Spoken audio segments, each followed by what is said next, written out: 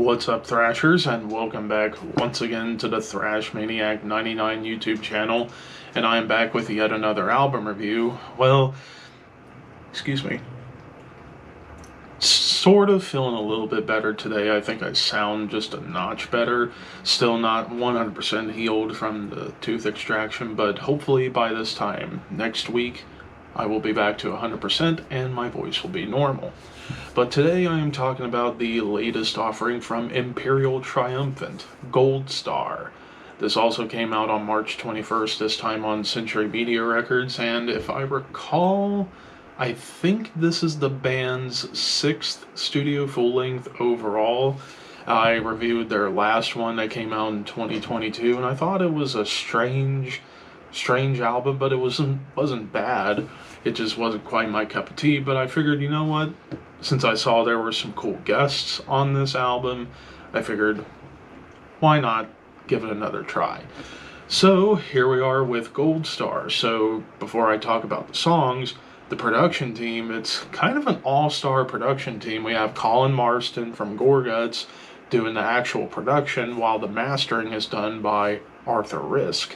So that's pretty big right there. Sorry if I have to take breaks. That's just, I'm salivating a lot. So that's just how it is.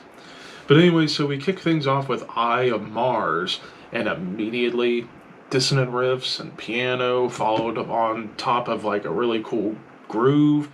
But then you always get these strange riff changes, and there are strange riff changes across the board on this album, on top of blast beats. But then you get into a really cool death metal tremolo and blast beat before you get like riffs and chugs that almost remind me of Ulcerate, which Ulcerate's kind of a good comparison band to Imperial Triumphant, as well as bands like Gorguts, Deathspell Omega, Portal, bands like that. It's like, you know, avant-garde, technical, blackened death metal with a lot of jazz fusion going on. And speaking of jazz, the bass work across the board on this album, I think the bass and the drums are the highlights of this album. The bass, it's very jazzy, the drums are chaotic, but man, he's got some really cool beats and cool patterns going on here. And even the atmosphere on this track is quite evil.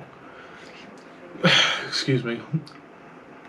So then moving into Gamora Novo, I probably butchered that.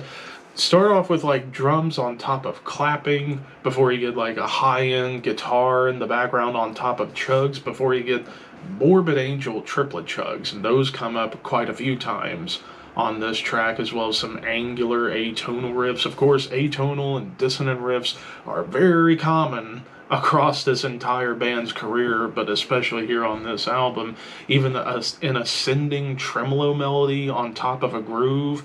And of course, synths come in quite frequently, as well as piano, and they're mostly there to act as an embellishment on top of all the dissonant, jazzy chaos that's going on.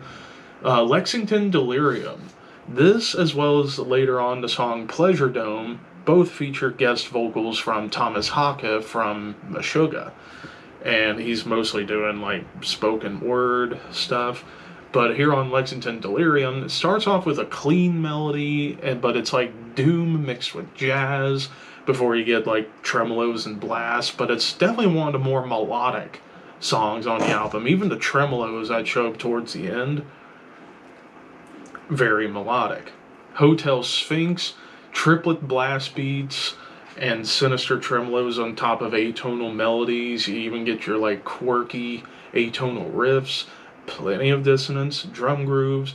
Some of the riffs that show up towards the end here just get flat out gnarly and chaotic.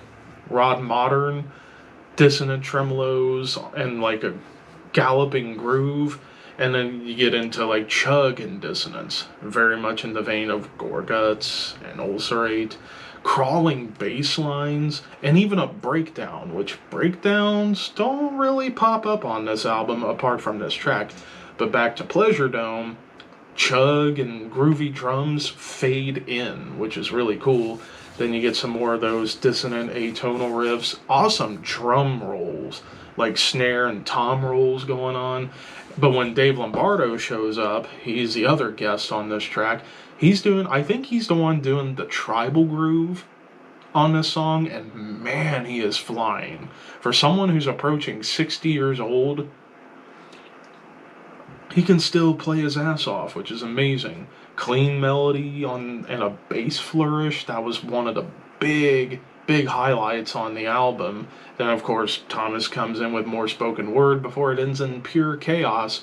And then the closer, Industry of Misery, clean bass or like a clean melody and a bass melody with piano on top before it gets into more of those dissonant chugs, bass grooves. It's very angular again, but then it goes back to being kind of doomy, like doomy, dissonant, melodic. And even I haven't even talked about the lead work on this album, which there weren't really many leads to be found. I think I only counted this closer that had a true blue lead, and it was pretty tasteful, before the song just kind of ends with like chaotic synths. So yeah, there's a lot going on here, and of course, it isn't always my cup of tea. When it comes to like bands like Ulcerate and Gorguts who do this kind of style, they do it, I think, in a better sense in terms of making sure you have some moments that are catchy. You only get a couple of moments on this album where it's catchy. This is definitely a challenging listen for sure. Even I wasn't 100% on board with this. It's just very wild, very weird for me. Even though I love dissonance, I'd like there to be some kind of hook behind it. And then, of course, the other complaint, the two middle tracks, New York City and the title track, just pointless interludes that just did not need to be on the album. But overall, I'm not saying it's a bad album. There are moments on here I really do enjoy. But again, with how challenging it is to get into something like this, I'm going to give this a 3 out of 5. It's still good. I have to really be in the right mood for a band like this, even though I love Ulcerate and I love Gorguts. To me, they do it more effectively and with more hooks. So, 3 out of 5. It's still good, but you can form your own opinion. But of course, those are just my thoughts. What did you guys think? Let me know in the comments below. Don't forget to like, comment, share, subscribe, all that fun stuff. But until next time, thank you for watching. Keep your horns high and your dreams wet.